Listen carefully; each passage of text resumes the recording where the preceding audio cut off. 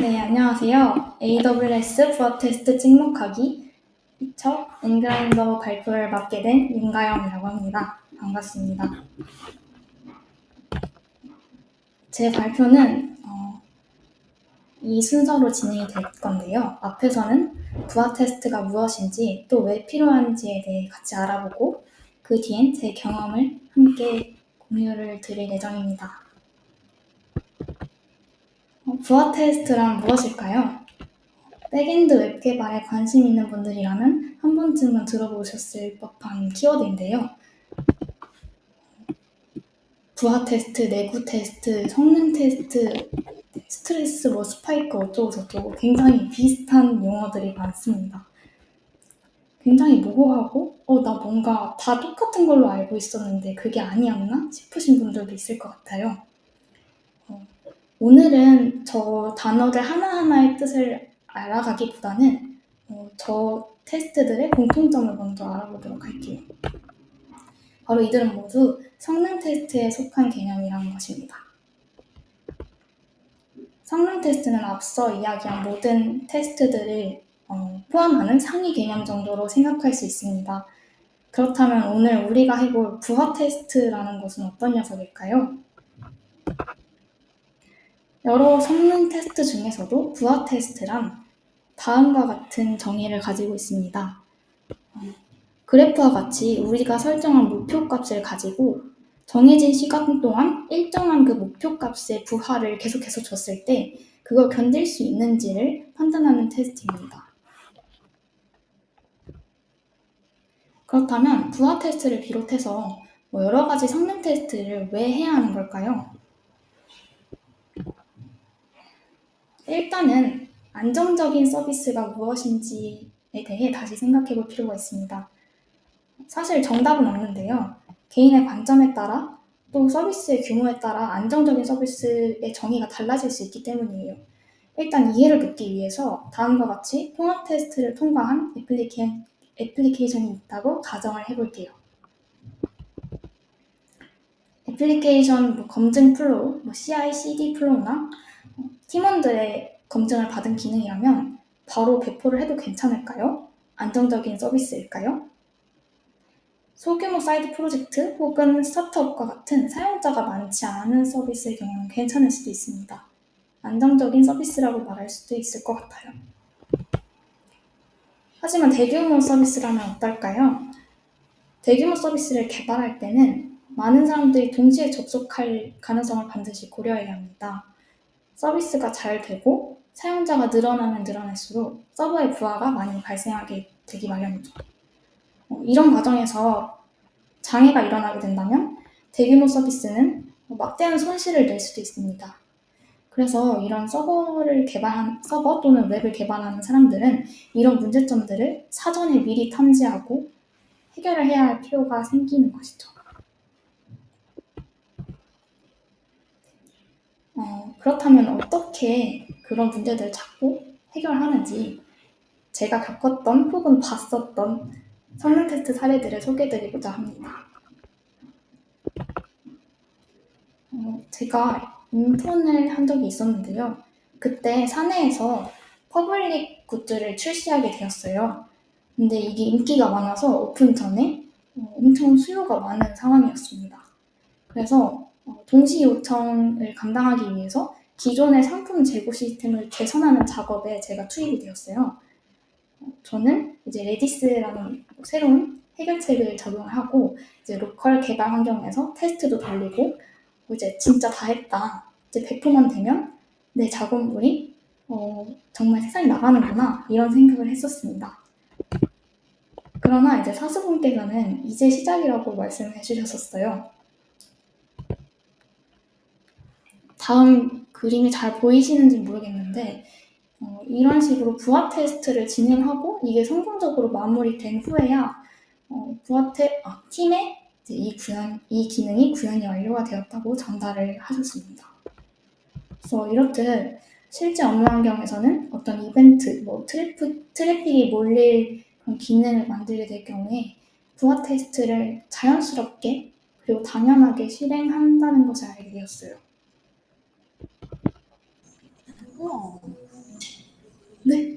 네, 대기업에서는 어떻게 하는지 궁금하시지 않나요? 저는 궁금해서 좀 찾아봤었는데요. 지금 우한형제들에서 성능 테스트 자동화 사례를 공유해줬더라고요. 우연과 같이 대규모 트래픽이 있는 서비스의 경우에는 만들어지는 모든 새로운 기능의 성능 테스트를 실시해야 된다고 합니다. 그래서 이런 성능 테스트를 구축하는 것이 반복적인 일이 되었다고 해요. 그래서 이 일을 자동화하기로 한 사례였습니다. 이런 사례들을 통해서 우리는 대규모 트래픽 서비스에서 성능 테스트는 선택이 아니라 필수에 가깝다는 것을 캐치할 수 있어요. 또 이제 해외 사례를 가져왔는데요. 여러분 모두 넷플릭스가 굉장히 전 세계 규모로 안정적인 대규모 분산 시스템을 운영하고 있다는 거 알고 계시죠? 넷플릭스는 이제 재해 복구 시뮬레이션을 위해서 자체적으로 툴을 만들었다고 합니다. 이런 툴로 클라우드 환경의 데이터 센터에 재난이 일어나는 상황들, 시나리오를 만들어서 시뮬레이션을 돌린다고 해요. 그래서 그런 재난이 일어났을 때 제대로 복구가 되는지를 확인하는 등의 노력을 한다고 합니다. 그래서 이런 세심한 노력 덕분에 매끄러운 서비스를 사용자들에게 줄 수 있는 거죠. 실제 사례들을 알아봤으니까 이제 우리도 한번 찍먹하러 가볼까요? 근데 그 전에 준비를 좀 할 것들이 있습니다.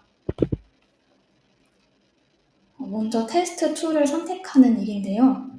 툴을 선택하기 전에 먼저 제 배경을 설명드리자면 저는 돈을 벌지 않는 학생이었고 그렇기 때문에 실제 업무에 부하 테스트를 적용하는 사람이 아니었습니다. 이제 게다가 제가 백엔드 개발을 꿈꾼다 하더라도 이 부하 테스트라는 키워드가 학습 키워드들 중에서 필수적인 것도 아니고 그냥 이런 고민을 해봤다 어필하는 정도의 경험이 될 거라고 생각했어요. 결론부터 말하자면 이런 제가 선택한 툴은 앵그라인더입니다. 앵그라인더는 네이버에서 만든 성능 테스트 도구이고 오픈소스로 운영이 되고 있습니다. 네. 제가 앵그라인더를 선택한 이유는 다음과 같은데요. 먼저 오픈소스라는 점입니다. 그리고 입문하기 좋은 웹 기반 UI를 가지고 있다는 것, 그리고 마지막으로 선택에 가장 많은 영향을 주었던 수많은 공부 자료들의 존재입니다. 이런 점들로 인해 저는 앵그라인더를 선택하게 되었어요. 또한 저는 클라우드 환경에서 테스트를 하기로 결정했는데요. AWS를 사용하기로 했어요. 그 이유는 테스트 구성 요소가 여러 가지가 필요했는데요. 구성 요소마다 격리된 환경을 구성하면서도 저는 컴퓨팅 사용 요금만 지불하면 된다는 점이 굉장히 매력적이고 이 상황에 적합하다고 생각했기 때문입니다. 네, 물론 제가 ASC 캡틴을 하는 만큼 원래부터 AWS를 활용하는 것을 좋아하고 굉장히 먼저 생각하는 사람이기도 하지만 이런 이유도 있어요. 사실 꼭 클라우드를 써야만 이 테스트가 가능한 건 아닌데요. 앵그라인더 권장사항에서는 한 대로 운영하는 것을 지향하고 있습니다. 근데 이 이유를 이해하기 위해서는 앵그라인더의 구조를 이해해야 해요. 먼저 앵그라인더는 테스트 결과를 집계하는 컨트롤러랑 실제로 부하를 주는 에이전트라는 프로그램이 따로 있습니다. 그래서 이 각각을 같은 머신에서 돌리는 걸 공식 문서에서는 이제 하지 말라고 써놨었어요. 그래서 이것들을 다른 머신에서 돌리기 위해서 클라우드 환경을 택했다고 생각해 주시면 될 것 같습니다. 네. 근데 컨트롤러랑 에이전트만 분리를 해서 되냐? 그것도 아닙니다. 한 개 머신에 2개 이상 에이전트를 사용하는 것도 권장하지 않는데요. 그 이유는 각 테스트를 수행하는 에이전트가 각각이 사용할 수 있는 메모리를 측정해서 각 테스트 스레드마다 메모리를 할당을 해줘야 하는데 같은 머신을 사용하게 되면 메모리 측정에 방해가 되는 문제가 생깁니다. 또한 같은 머신에서 여러 에이전트가 작동을 하기 때문에 필연적으로 네트워크 트래픽이 서로의 테스트에 영향을 주게 됩니다. 결과적으로 테스트의 측정 결과를 신뢰하기가 힘들다는 치명적인 단점을 가지게 됩니다.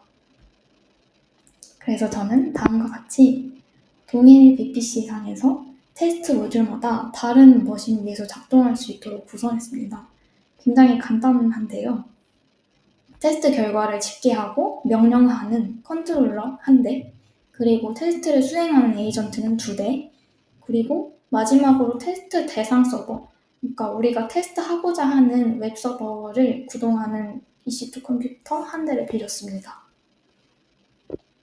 자, 이렇게 구성을 해주었고요.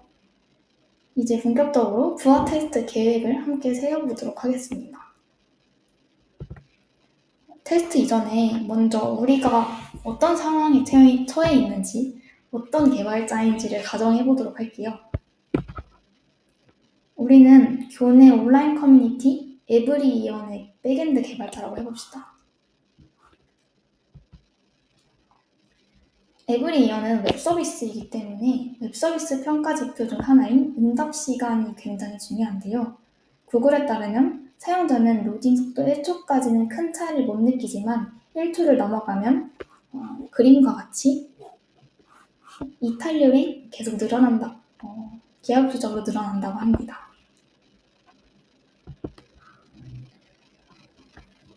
에브리이언은 프론트엔드, 백엔드, 애플리케이션, 그리고 데이터베이스 접근 이런 기본적인 3계층 구조를 가지고 있는데요. 그렇다면 에브리이언 사용자가 느낄 지연 시간은 다음과 같이 도식화할 수 있습니다. 브라우저에서부터 프론트, 백, 그리고 데이터베이스 등 이렇게까지의 왕복 시간을 지연 시간으로 느끼게 될 거예요. 그래서 결론적으로 사용자가 느끼는 건 백엔드 API의 응답 지연 시간뿐만 아니라 프론트엔드 웹페이지 전체 로딩 시간까지 합친 시간이 돼야 하고, 그 시간이 1초를 넘으면 이탈률이 굉장히 증가한다는 뜻이죠.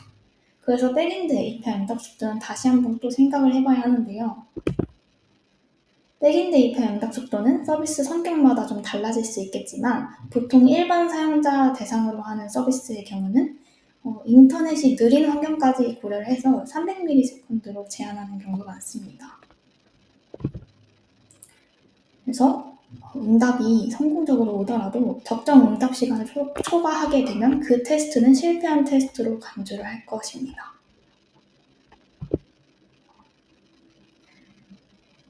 이제 어디를 테스트할지를 정해봐야 하는데요. 보통의 웹 애플리케이션에서는 체크포인트를 다음과 같은 기준으로 찾을 수 있습니다. 시스템에 부하를 많이 주고 응답 시간에 악영향을 줄 수 있는 것들인데요.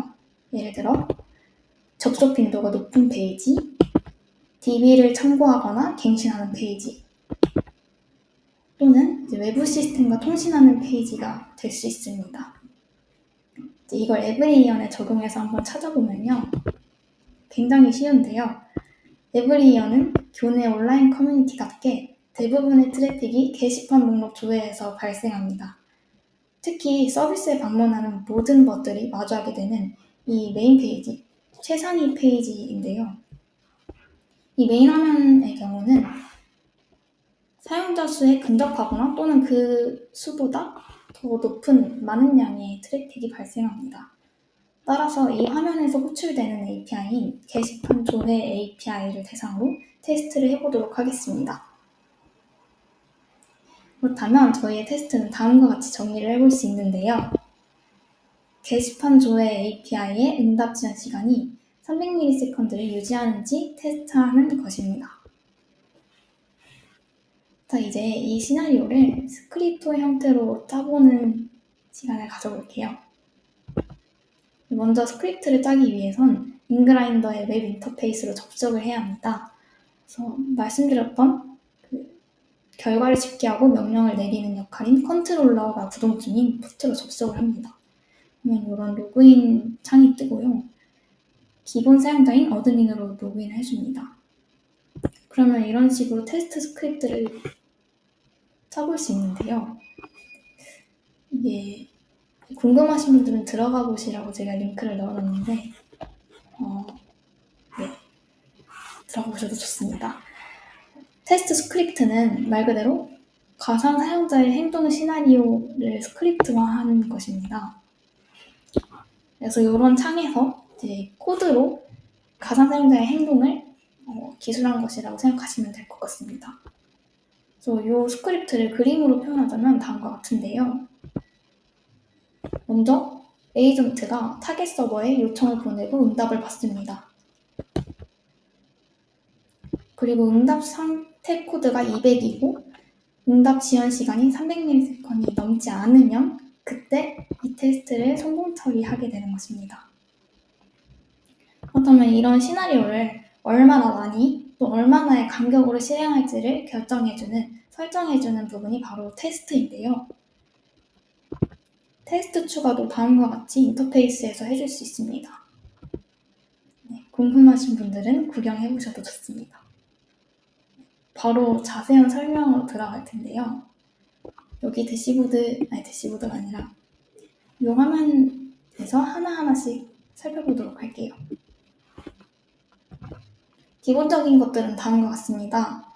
먼저 실행시킬 에이전트 개수를 써줘야 하는데요. 최대 2라고 써있죠? 그 이유는 제가 앞서서 이제 클라우드 환경에서 에이전트를 2대 만들었기 때문입니다. 그래서 가용 에이전트가 2대가 되는 것이고요. 그래서 1 또는 2를 입력해 줄 수 있겠죠?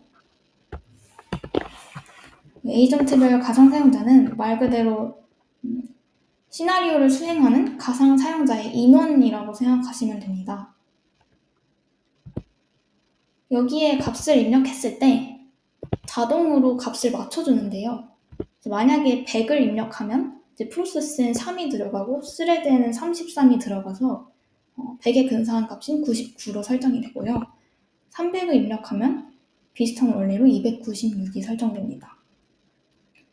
요거는 근데 이제 에이전트별 가상 사용자이기 때문에 총 가상 사용자의 수는 에이전트 수를 곱해주면 됩니다.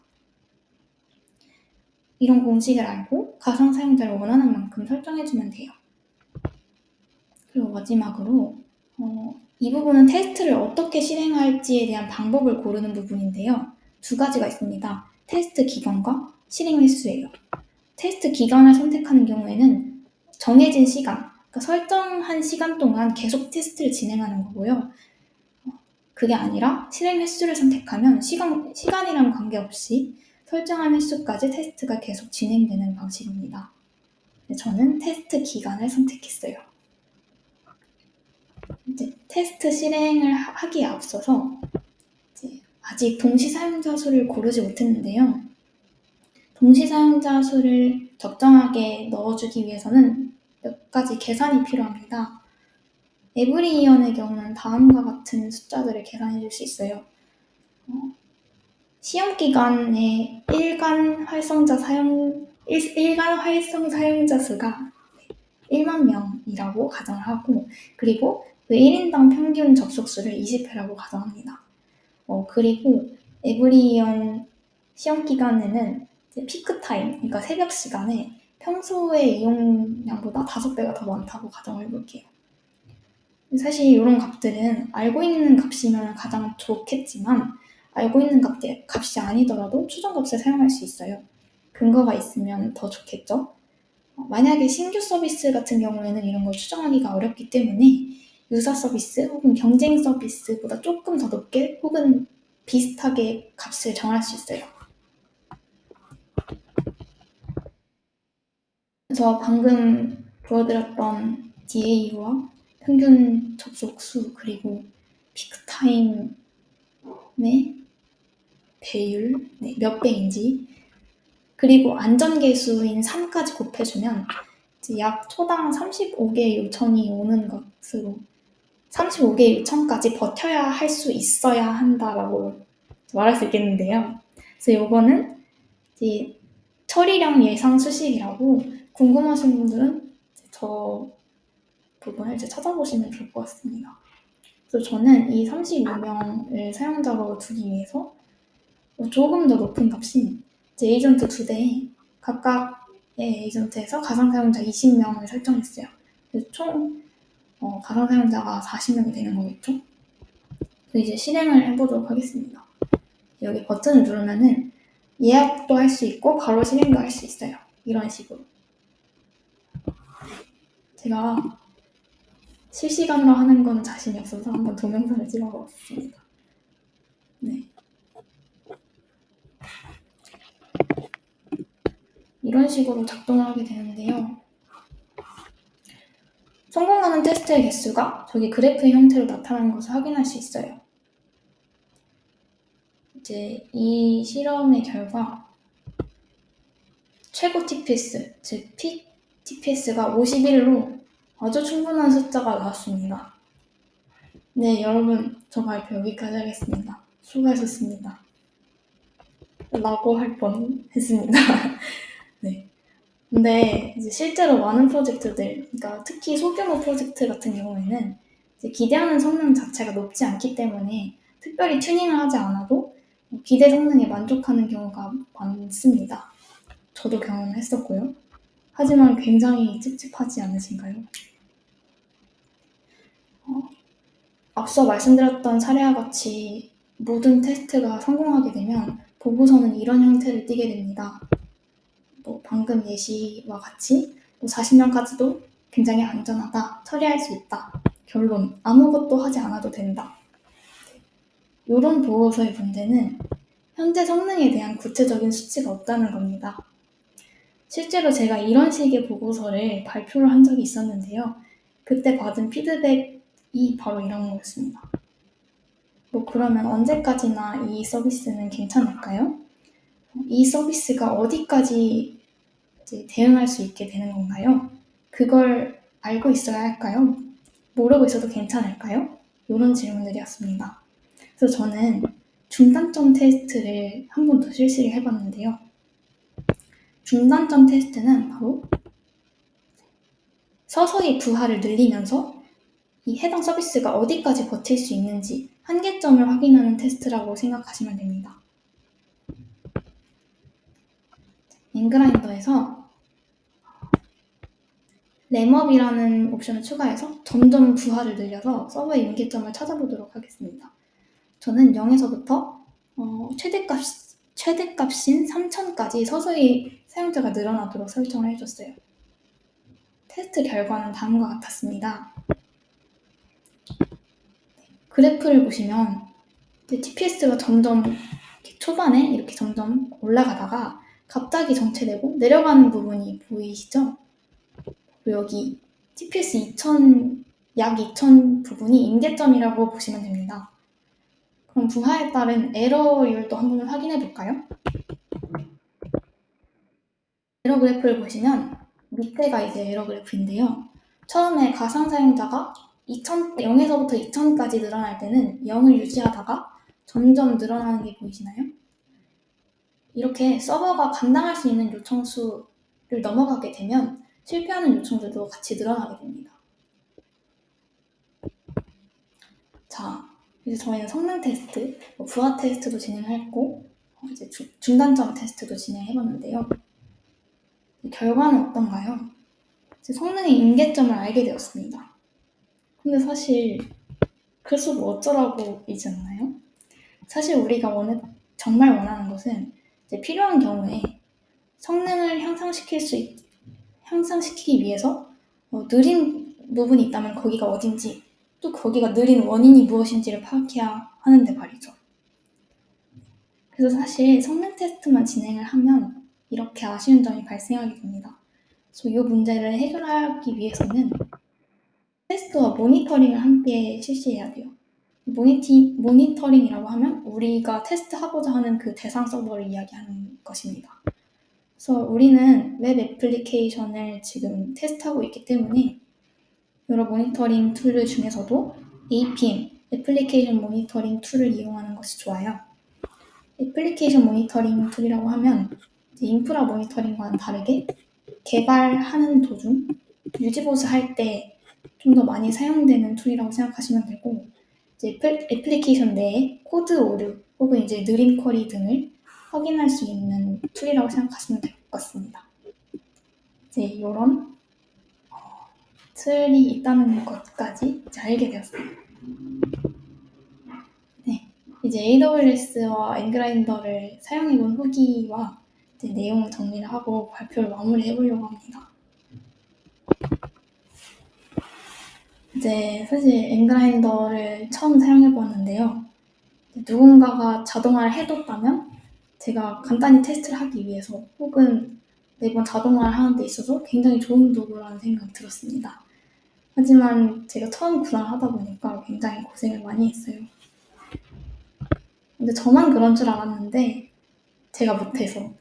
근데 시니어 개발자 분께서도 한번 고민을 얘기하니까 엔그라인더가 굉장히 좋은 툴이지만 한번 테스트를 하기 위해서 드는 비용도 이제 만만치 않다라고 이제 공감을 해주시더라고요. 그리고 이거는 제가 발표를 준비하던 중에 발견한 내용인데요.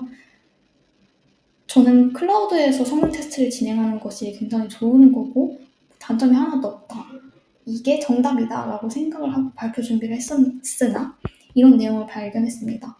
성능 테스트에 관한 어떤 슬라이드에서 이런 말을 인용했더라고요. 아무래도 클라우드 환경은 가상화되어 있고 우리가 모든 환경을 통제할 수 없기 때문에 모니터링을 하더라도 정확히 느려지는 또는 이제 단절되는 보트넥을 찾아내기 힘들다는 그런 이야기였습니다. 이런 관점도 알아둬야 된다고 생각을 해서 여러분들에게 보여드리려고 가져왔습니다. 그리고 마지막으로 저는 한 가지 놓쳤던 거지만 여러분께서는 꼭 챙기셨으면 하는 것이 모니터링인데요.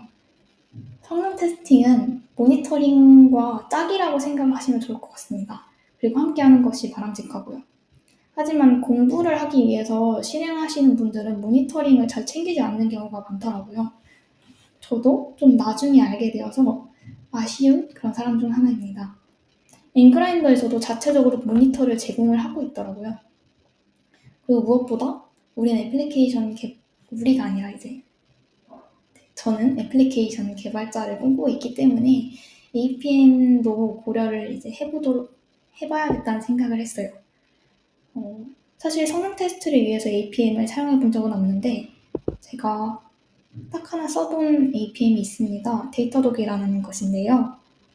이런 식으로 트랜지션별로 레이턴시가 어떻게 되는지 어떤 순서로 응답 주고가 있는지를 확인할 수 있는 좋은 툴이었어요. 굉장히 좋았던 기억이 있고요. 제 경험이 궁금하시다면 블로그 링크를 들어가 보시면 좋을 것 같습니다. 네, 제 발표 내용을 한 장으로 간략하게 정리를 하려고 하는데요. 먼저 부하 테스트는 목표하는 부하를 잘 견디는지 확인하는 테스트였습니다. 그래서 그 부하 테스트를 저는 인그라인더와 AWS를 통해 AWS로 구성을 했었습니다. 그래서 그 이유는 다음과 같았고요. 실제로 진행할 때는 목표를 이런 식으로 잡았어요. 동시 사용자 수를 부하의 척도로 보고 그리고 응답 지연 시간을 함께 고려했습니다. 부하 테스트는 성공적으로 마무리했지만 이제 한계를 알기 위해서 중단점 테스트까지 함께 실행을 했었어요. 그리고 마지막으로 가장 아쉬웠던 점을 같이 보여드리자면 모니터링 필수다. 제가 준비한 자료는 여기까지입니다. 경청해주셔서 너무너무 감사드립니다. 참고 문헌이고요. 질문 있으시면 해주시면 감사하겠습니다. 네, 감사합니다. 발표 자료는 제가 지금 채팅창에 올린 링크로 가시면 보실 수 있습니다. 네. 혹시 질문이 있으시다면 지금이 아니더라도 저한테 연락을 주시면 언제든지 답변을 해드릴게요. 근데 지금은 없나요, 여러분?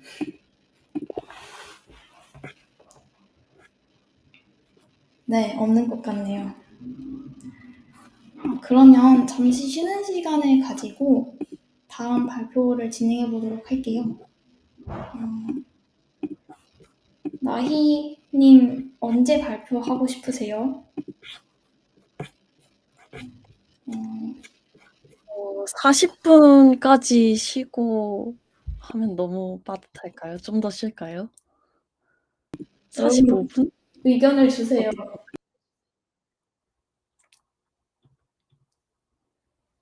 그러면 40분으로 하죠. 고고. 좋습니다. 40분에 그럼 오겠습니다. 네. 여러분 쉬다 오세요.